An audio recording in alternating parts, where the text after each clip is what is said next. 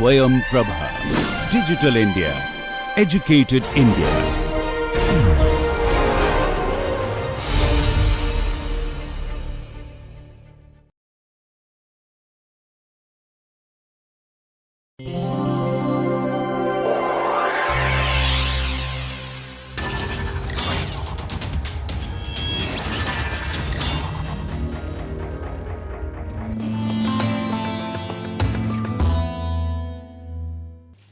Okay, let's start with the lateral dynamics.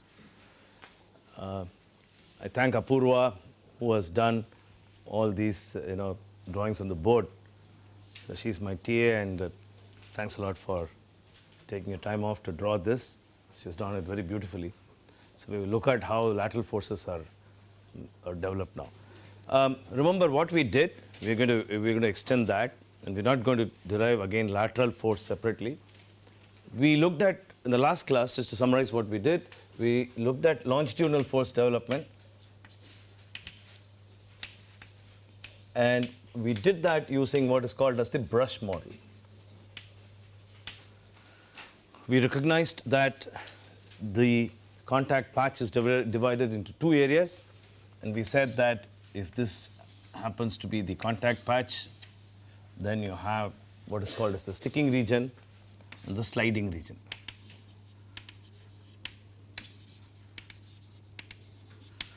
We developed a quantity called slip. It came naturally in our definitions.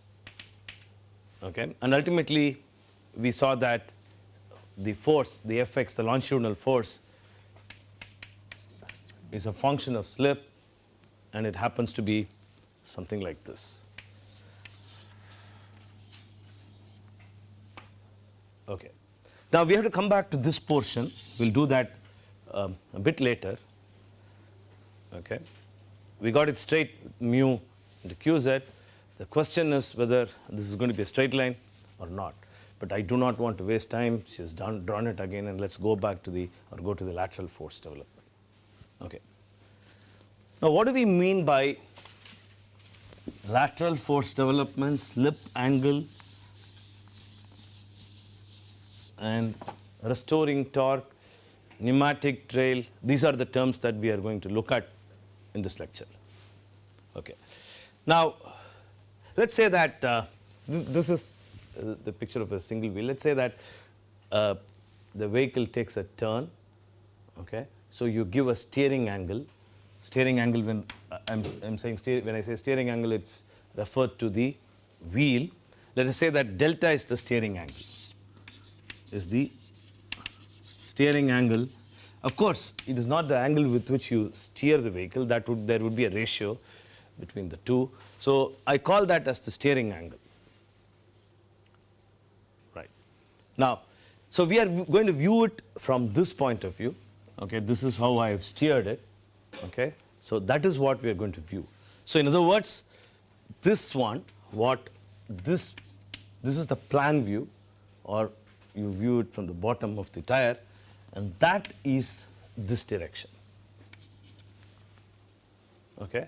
We are going to see what this direction is. In other words, this direction is. Okay.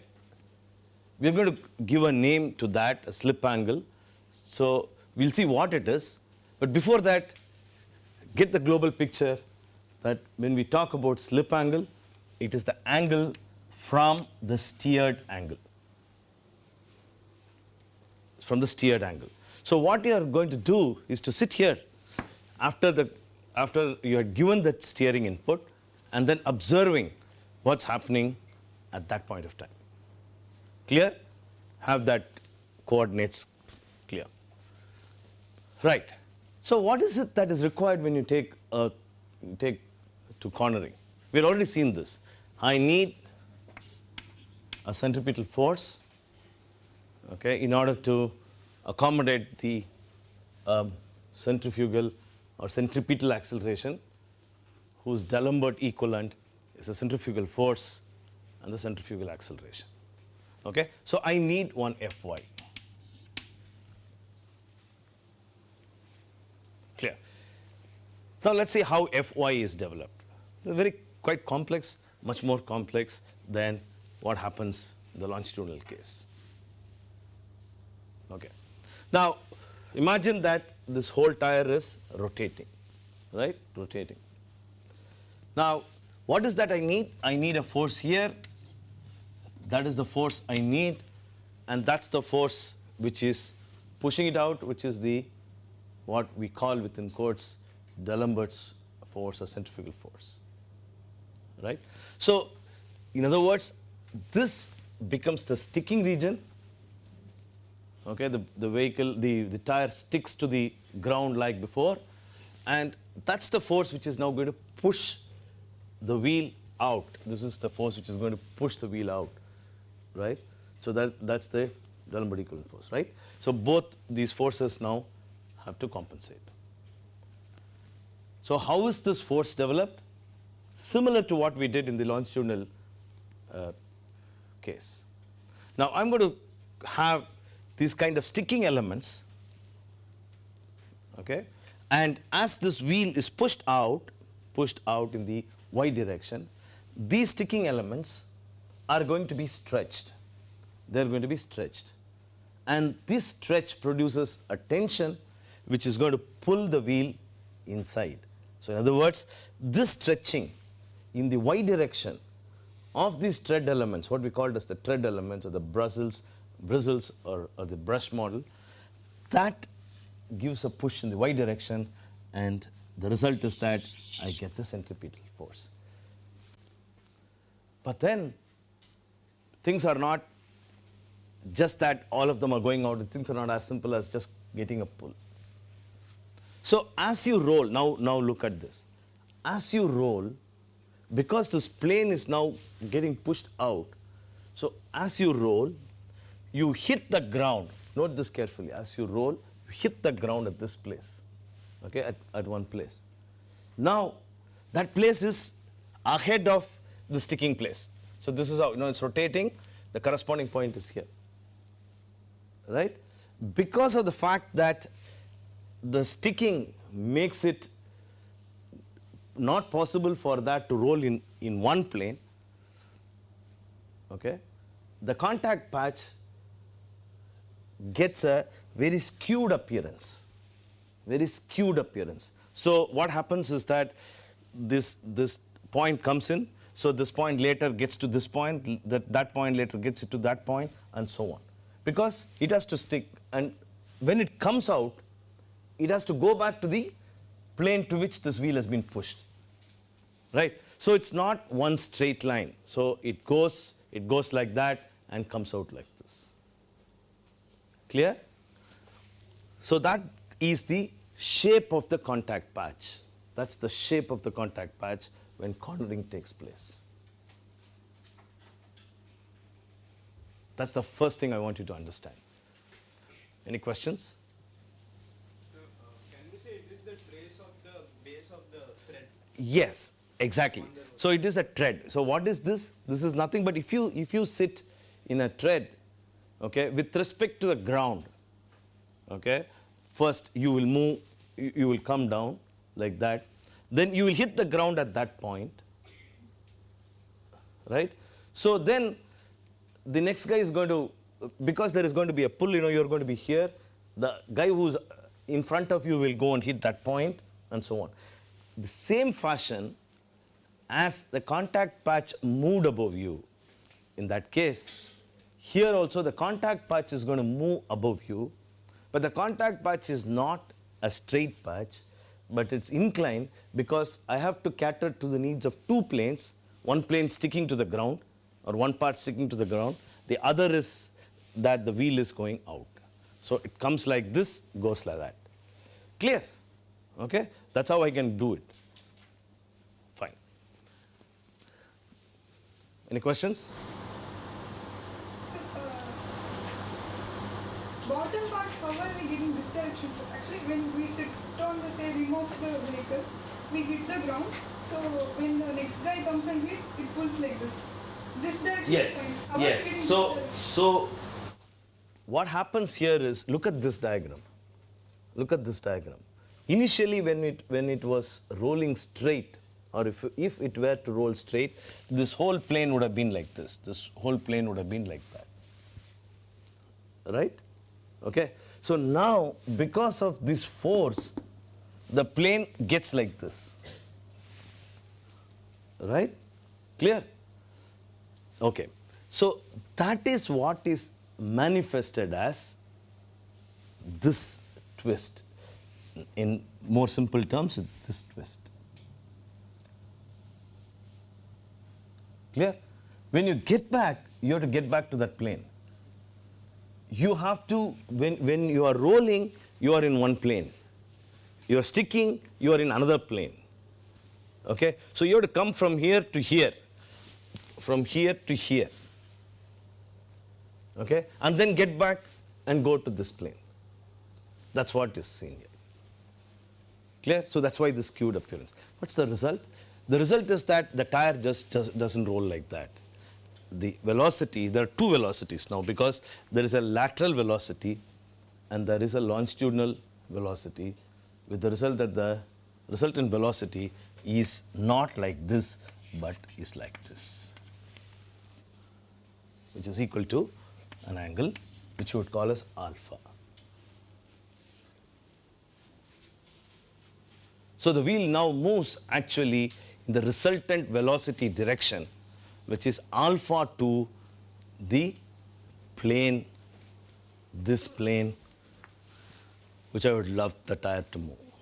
It's not going to move, and I don't want it to move, because if it moves like that, all my pulling does not exist, so I am not going to get the lateral force.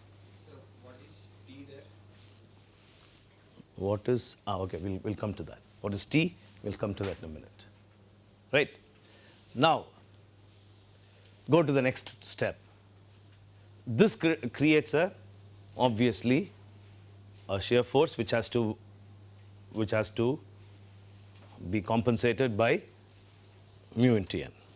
Or in other words, this guy who's sticking is pulling.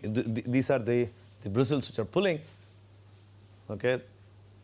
If that friction there, the same old guy which we saw in the longitudinal direction, if that friction is overcome, what will happen? It will slide in. So it will slide in. Right?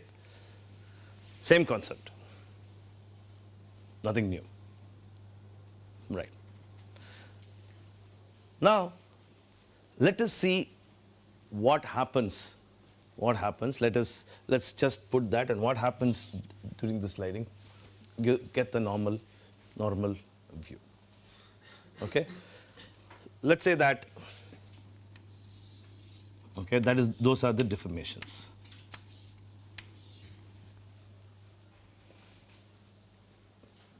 Okay? By now you know that there is a race between mu into n, the normal force, as well as the frictional force, right? We know that, right? So let us say that at a particular x, which we would call as x sliding, this is overcome. So there is a normal force, you know that. There is a normal force, and there is a tangential force. Obviously, as I move, look at that, as I move towards the rear of the contact patch, the pull is going to increase, the shear force is going to increase, so I'm going to go. Okay? Then later, I have to go back to that original plane, so my pull is going to decrease, and so I have something like that. Right? Okay. Now, let's say that up to this point, up to that point, the tangential force is able to hold. So it will be sticking. After that point, it's going to now slide. At that point, there will be sliding. Right? Okay.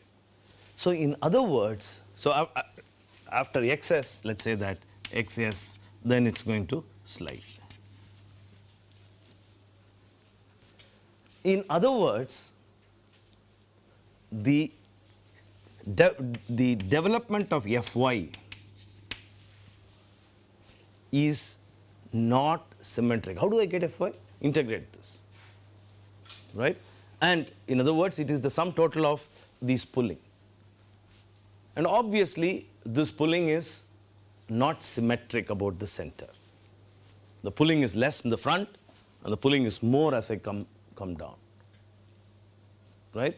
So this Fy, if this were to be the contact patch, if this is the center of the contact patch, okay, where does the Fy act? It won't, obviously, can it act here? Will it act here? Unless it is symmetric, it's not going to act at that point, right? It is going to be shifted,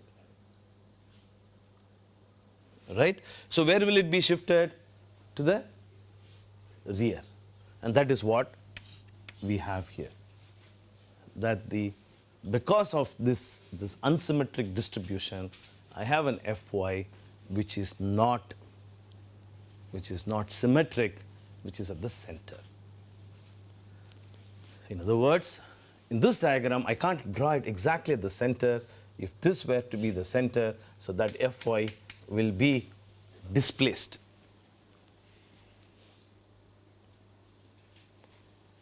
Clear? So that's what happens here. And that distance, what's the effect of that distance? Exactly. So it would create a moment.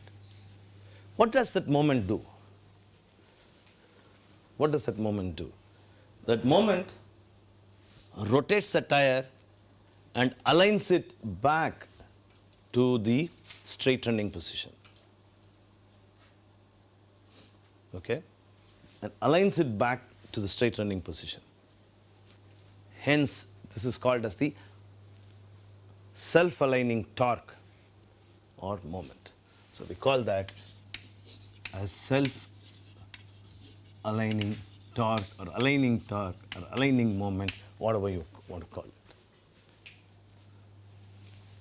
Sir, after that straight line has intersect with parabola, there won't be any contact with the ground only.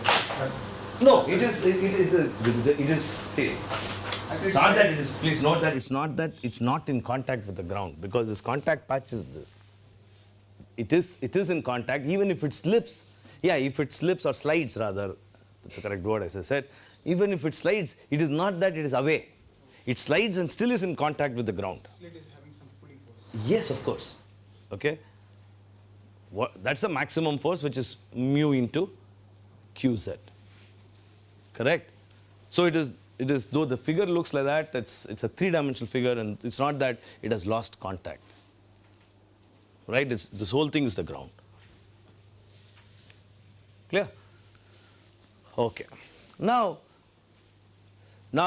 please note that it is both these guys are now, reducing towards the end, and there's a race between two reducing quantities.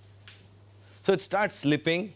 As it starts slipping, at one point of time, okay, it may so happen that the slipping may engulf, and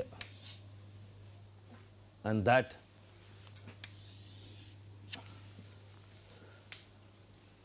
would be the force distribution of all these bristles, and so Fy will be uniform. When Qz, when sliding, completely sliding takes place, okay, of every bristle that's there, then every bristle will have that Q into mu into Qz, and then it will be completely symmetric, right? Okay, so now if I plot this graph, that will be my Fy. And what do I plot it against? What is x? It should be slip angle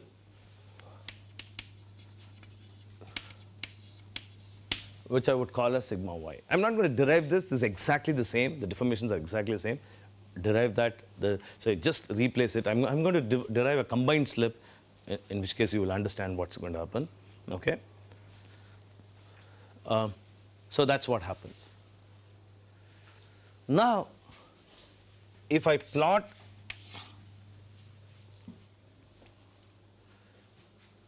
now my, it's a usual practice to plot as minus my,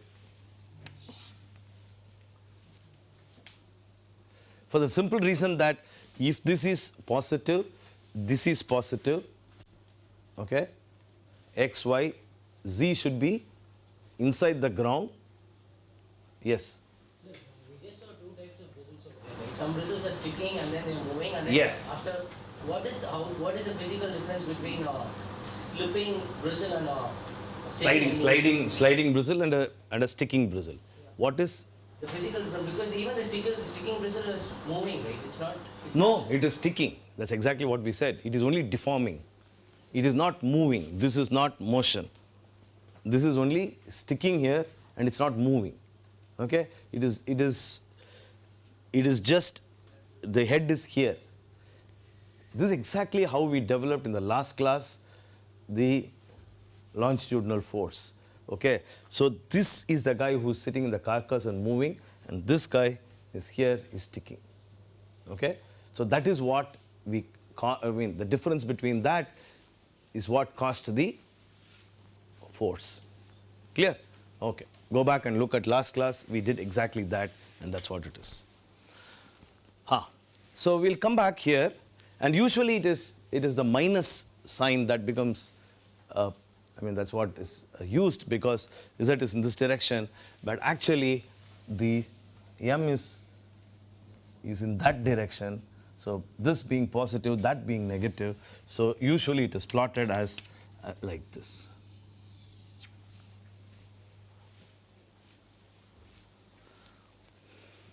So it should be something like this. So where should it come to 0? And I think it's better that we plot here.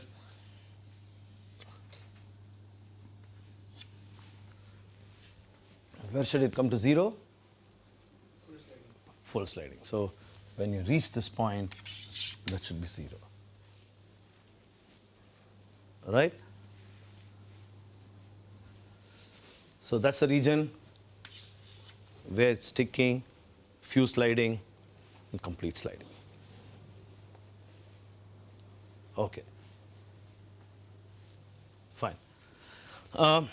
We will now look at a simple mathematical model to understand the derivation for Fy, Mz, as well as Fx. In other words, let us look at a situation where, just a second, where we are going to have both a longitudinal force as well as the lateral force. In other words, you are braking while cornering. A common thing that would happen, braking and cornering. Yes? When the tire starts sliding, you lose the control over the vehicle. No, we are not, right now we are, when I say sliding, a part of it is sliding. Okay? Yes, that is, in other words, in this region itself, there is some parts which are sliding. Okay, here is where it's full sliding. Okay, now, what is loss of control? That's the question. Okay. We will we'll get back to this question in a, what do you mean by loss of control? In other words, what happens in what we are going to call as the unstable region? Okay, in order to explain that, we have to start with Fx. I'll just make a passing remark now, but we'll come back to this later in the course, maybe, after a couple of days. Okay, we'll come back to this. And let's just go back to Fx. I thought I'll do that later because I don't want you to live with this doubt. So let us do that now. So if I now plot actually sigma Fx, which we had done, okay, using that brush model, remember that we got a graph, nice straight line like that. In practice, in actuality, in reality, this is not a straight line like that. It's not a flat line rather. Maybe a straight line, but it's not a flat line. Because of the temperatures, because of the fact that mu is not a constant as it slides, and when it slides, the temperatures are very high. Flash temperatures, as it's called, is the temperatures can reach hundreds of degrees. Some of the recent papers say that it can reach up to 200, 250, 300 degrees.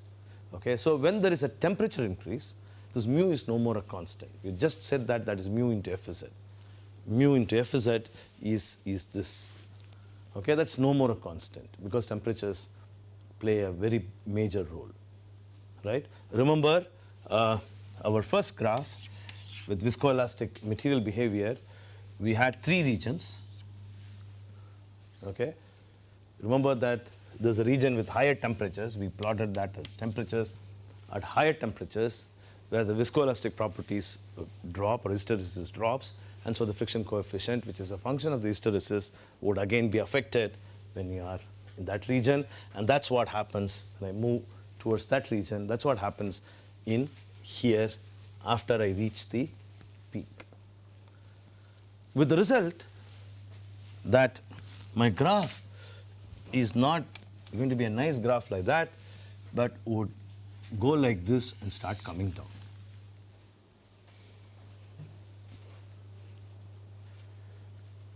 So here what happens, the wheel has not come to a halt, but what happens when it is, what do you mean by when it starts coming down?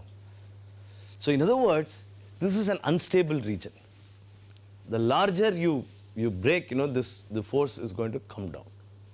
And that region where increase in sigma results in loss in Fy, okay, is the unstable region and warrants the application of ABS, okay, anti-lock braking system, right?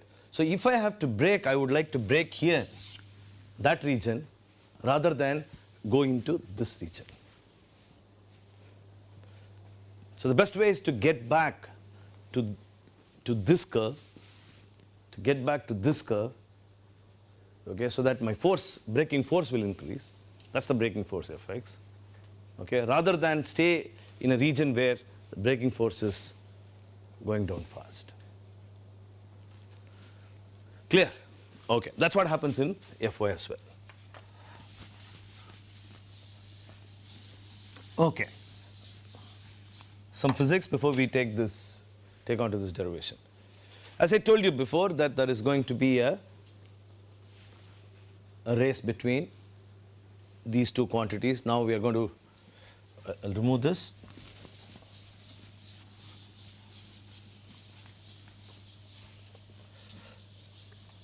So this is the slipping, this is where there is a sliding region, that's the sliding, and these are the deformations, and that's the sliding region.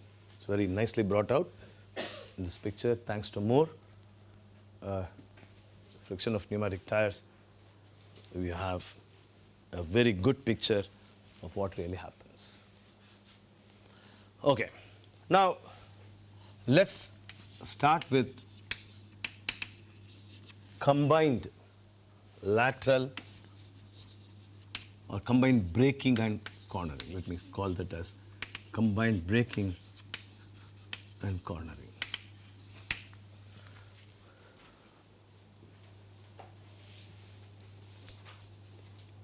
Okay.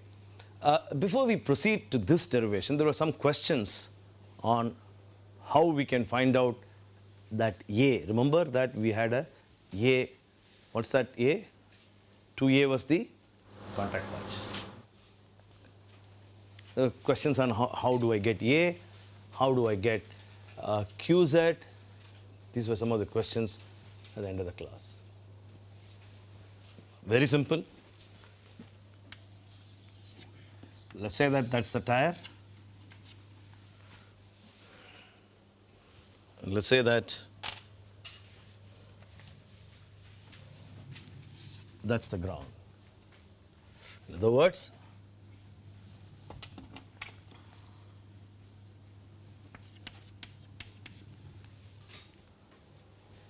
that's the tire which has been deformed. So in other words, if that is the center of the tire, that's the R. I think I used R, right? R. Hope I used that. R. Let me call that as A, B. Okay. Call that as C. And call this point as D. So let me call that DC as the deformation in the Z direction or perpendicular. Okay. So that's the ground. How do I calculate that? A very simple expression, delta Z is equal to the force Fz or Fz that's acting divided by the stiffness. Okay? Let's say that the stiffness in the Z direction is Cz.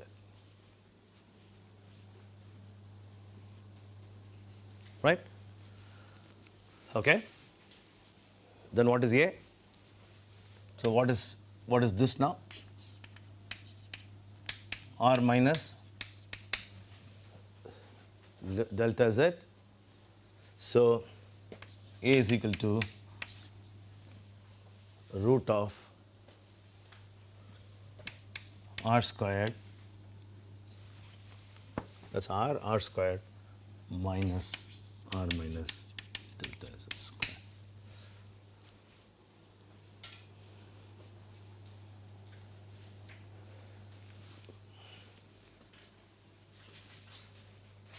Okay, which you can expand it, leave out delta Z squared term, and you can say A is equal to root of, what's it?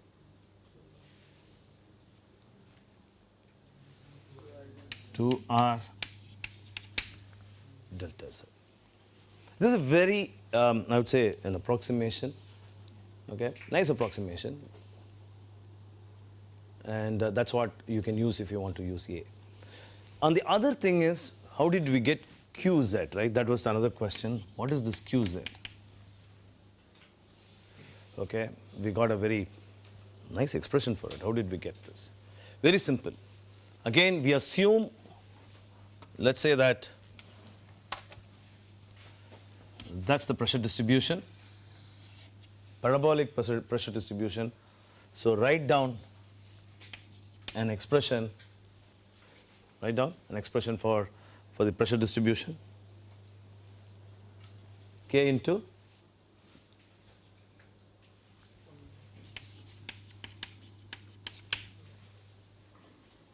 some K, that's what I want to find out.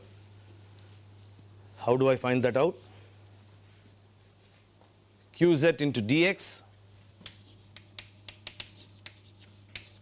integrate this from minus A to plus A, should result in Fz.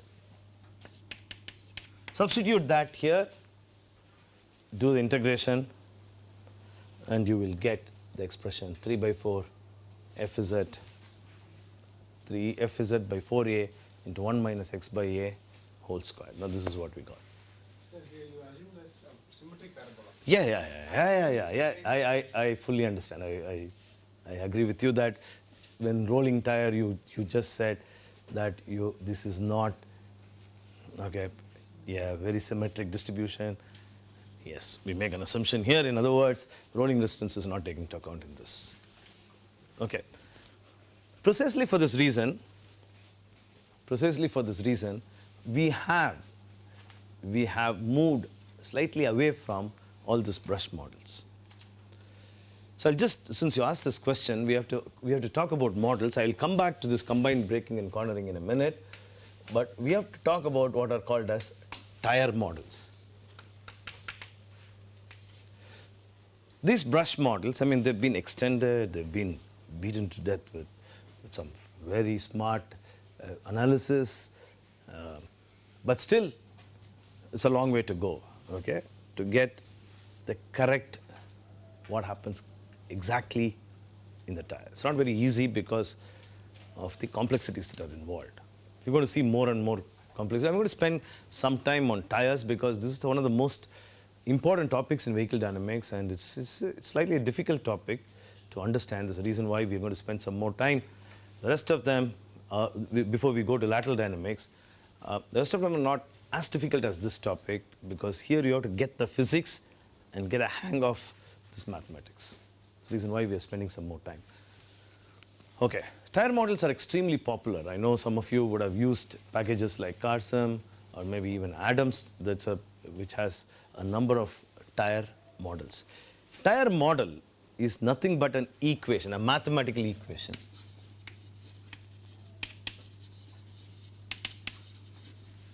I will devote a class or two for different tire models that are available. Okay, they are mathematical equations. So model means a mathematical equation which gives us fx, fy, mz, which we just now saw, okay, as a function of, say, sigma and other quantities, okay, which we would see. There will be some stiffnesses and other things, Cp and so on, right? So it's just an equation which gives Fy. These equations can be derived by various fashions, can be experimentally determined as well. What we saw in brush model, like very nicely he pointed out that what happened to all those things that you said, suddenly you say it's a parabolic distribution. Okay? So the brush model is a simplified model, but it brings out all the physics. If you want to understand it, it's a very good model because you now know friction coefficient, how it affects, there is sliding, there is sticking and all that. So it brings out all the physics, but it's a very fundamental model. Okay? It agrees to a certain extent, doesn't agree. There have been a lot of things that's happened. Okay? So that's the fundamental model. So if I say this is the model, that's the brush model.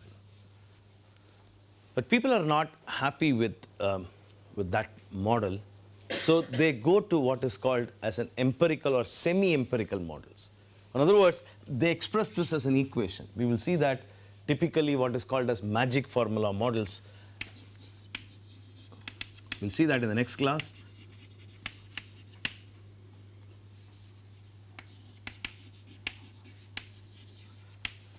We'll see that by first put forward by Paseka, it's called sometimes Paseka's tire model.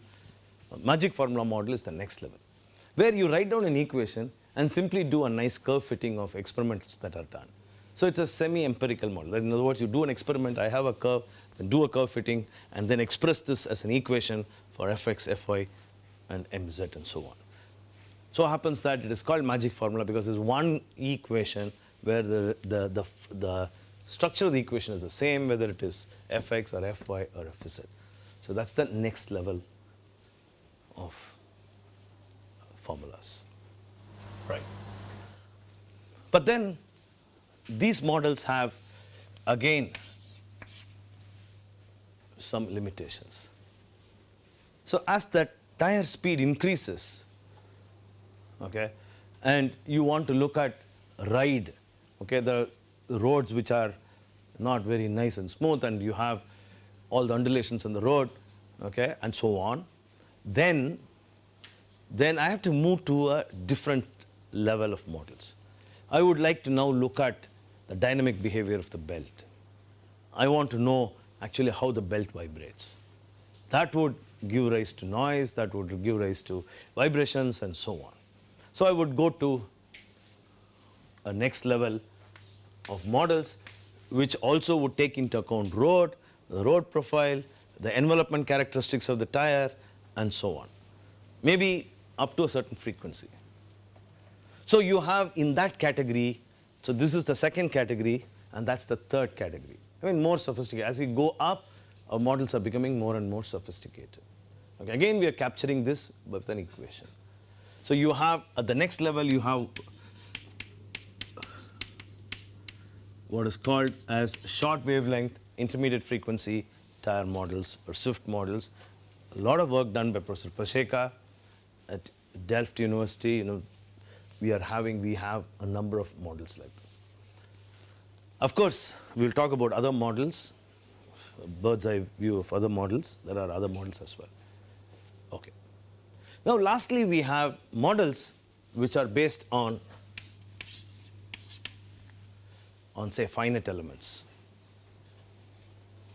okay, which brings out all the physics, okay, carefully done, brings out all the physics that exists in tire mechanics. So the finite element of tires is actually, I would say, is a very sophisticated finite element analysis. It has all the, shall we say, difficulties or challenges, because the material that you are going to use is geometrically nonlinear, materially nonlinear, in the sense that they are hyperelastic, viscoelastic materials. At least if you want to look at hyperelasticity, it's a hyperelastic material.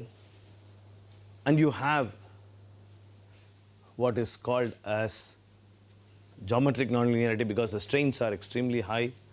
Okay, you have contact, you have reinforcements. We saw that there are belts and radial plies. So the model becomes very complex. But because of the fact that even contact is taken care of well, and even the friction coefficient need not be a constant, it can change it with respect to pressure as well as the sliding velocities and so on, okay, the model becomes as sophisticated as you would like it to be. Of course, you've got to do a lot more work for it. You can predict temperatures, and if you want to look at mu as a function of temperatures, that's also possible. Okay, so these are the models that are available in this sophistication. Okay. There are other interesting things. Okay, let me, before we get in, two more comments before we get into this, because we started this, and I would like to start it in a new class, because this derivation is going to be involved in a lot more things I have to say. So maybe we'll start a new class, or whatever I want to say towards the end of the class, the next class I'm going to say it now. Right, okay. Now, this is fine. I have an alpha, I have that alpha, and at alpha gives me deformation, and so there is an Fy that is generated. Right. The question you may ask is, I'm sure at the end of the class you're going to ask, I am taking a turn. Okay, this you say when I take a turn, say a constant radius. Okay, I'm driving a constant radius, a steering pad as it is called. I take a constant radius, okay, around this pad. I agree with you, whatever is happening. On the other hand, I am entering a curve or maneuvering, So what happens? In other words, Fy does not exist. You are talking about after the development of Fy. So there is a region where from 0 to Fy, I require Fy, but Fy is not immediately realized. I turn, then there's a time at which, because after all this is also a viscoelastic material, so I have that time lag before this Fy is developed. Okay, in other words, there is a transient region before which I get into this steady state Fy. Okay, so that transient region has its own mechanics, where you develop theories on the force development over time, and it's usually said that it takes about half a revolution or more, slightly more, in order that the force is developed, and is characterized by what is called as the relaxation length.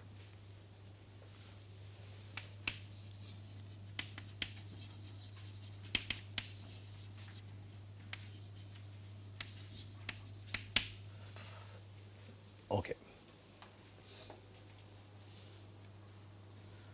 Right. If time permits, we will talk more about relaxation length. The other very interesting phenomena is the development of this Fy. Now, Fy development, as we had seen, is when the car takes a turn. Okay. Strictly speaking, then, if I have a car,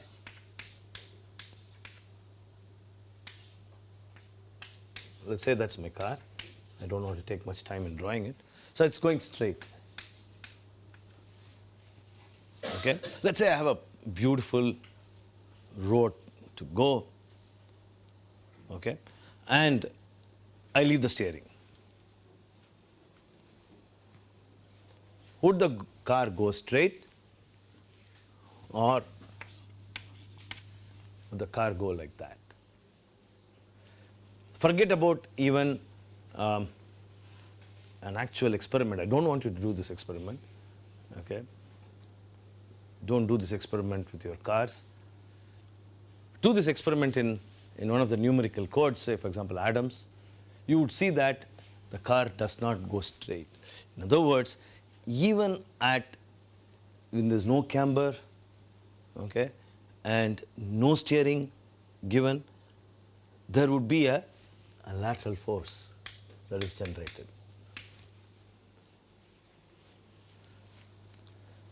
Okay, this is what is called as pleisthere. We'll talk about two things, pleisthere and conicity, but we'll first talk about pleisthere. This is a very involved concept, so let's talk about first pleisthere.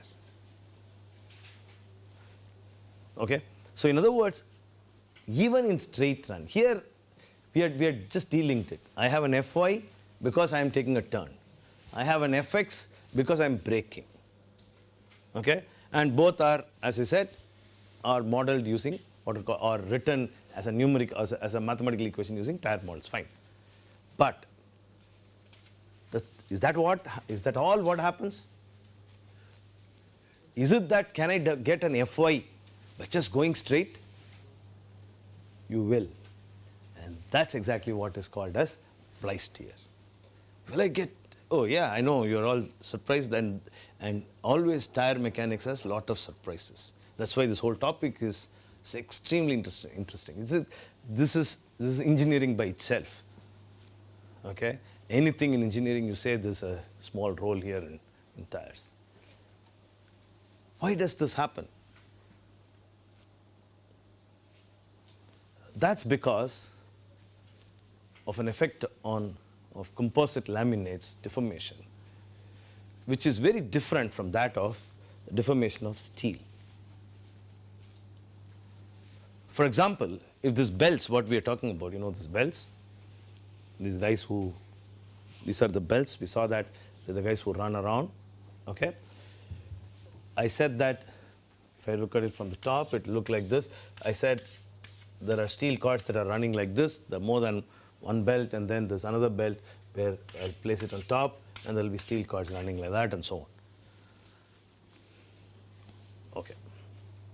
So in other words, that makes tire a composite. Now let us forget for a moment that it's a composite material, and let's say that that's made up of complete steel. Okay. Now this is rubber embedded, I'm sorry, the steel embedded in rubber. Let's say that it's steel, it's just steel sheet. Obviously when you pull this, just pull it, what happens? There is no twist, okay? Just pull, there is thinning, which is called as the Poisson's effect, straightforward. What if this material is a composite laminate? Then the behavior is not as simple as this.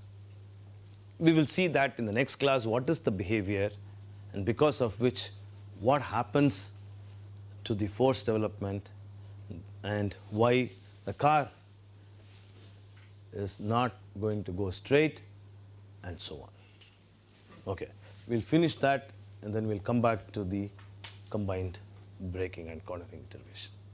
Okay? Yeah, we'll meet in the next class.